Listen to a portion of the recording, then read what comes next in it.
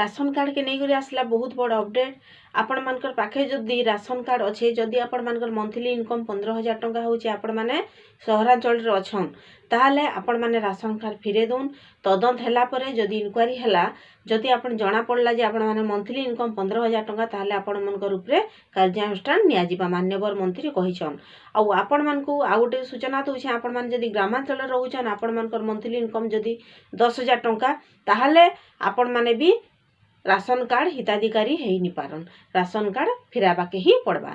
जदि आपण माने एबे नि फिरौछन भी मान्यवर मंत्री कहिछन जदि आपण मानकर जेतेले तदंत हेबा जे जेतेले सब जना पड़ी जिबा तदंत हला बेल के जदि आपण माने नि फिराबार आपण मानकर मंथली इनकम 10,000 ऊर्ध्व होइछे ताले आपण मानकर ऊपरे भी कार्यानुष्ठान निया जिबा।